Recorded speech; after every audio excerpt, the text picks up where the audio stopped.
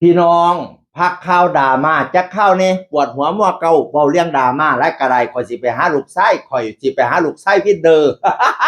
ลูกไส้ลูกรอวินเดอร์แสงทองโอ้ยช่วงนี้ไปแสดงอยู่ทั้งกรุงเทพกรุงไทยพี่น้องมาไล่แดงจึมคืงโอ้ยเมื่อวานนี่ได้มาไล่เป็นหมื่นพวงละ5,000 20,000โอ้ยโพดพวกบักโม่บักแต้มบักบักโตนธรรมดาแล้วเนาะคุณลูกรอถ้ามาไล่กับบ่นาเกียรติ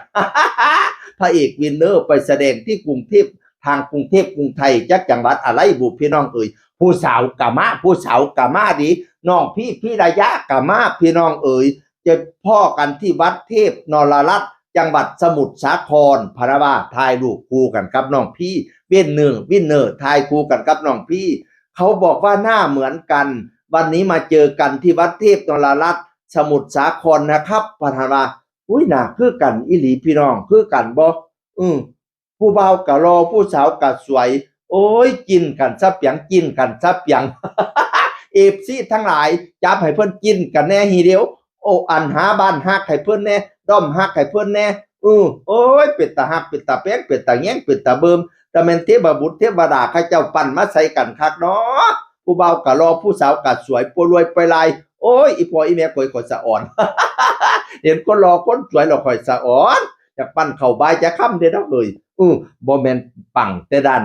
เบี้ยงไทยเด้อต่างประเทศก็สิไปเด้อวินเนอร์น่ะต่างประเทศก็สิไปเด้อสิไปช่วงเดือนเมษา18 19 20สิไปประเทศออสเตรเลียไปพร้อมกันกับบอดแพ้วกับสั้นพงษ์สะท้อนพี่น้องเอ๋ยเขาเจ้าก็ไปนํกันอยู่แล้วนะบอดสั้น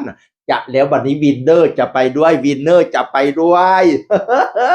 18 19 20ไปประเทศออสเตรเลีย18ไปมิดูล่า19ไปเบลเมลเบอร์ลิน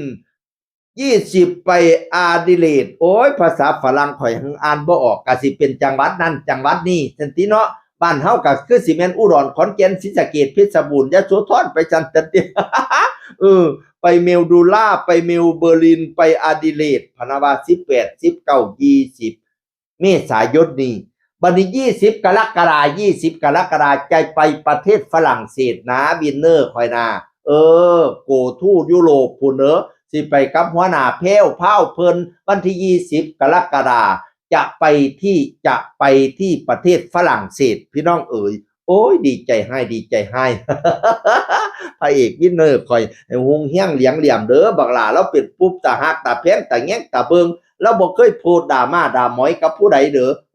แล้วตาฮักคือหยังเนี่ยโพดสุดท้ายแล้วว่าจังซี่ล่ะโอ้ยโพดเป็นตาลิตูนชาติให้ลูกชายข่อยน่ะแม่จ๋าพี่จ๋าเอ้าคือบ่เอิ้นหาพ่อแน่ล่ะลูกแม่จ๋าพี่จ๋าแต่ก่อนคือหักกันทุกวันนี้ว่าให้ทั้งพี่คักแท้ลืมแล้วบ่ความหัก มาเว้าปั่นกูเตยแต่บัดสิลงยามใดรถเลยเขากูเตยอภิวัตนั่นน่ะเออโอ๊ยแต่ก่อนคือฮักกันลืมแล้วบ่ความฮักนะคือว่าให้ทั้งพี่คักแท้โอ๊ยเป็นคือจังลูกนี่เนาะลูกถามพ่อถามแม่แต่กี้ซุมเจ้าคือฮักกัน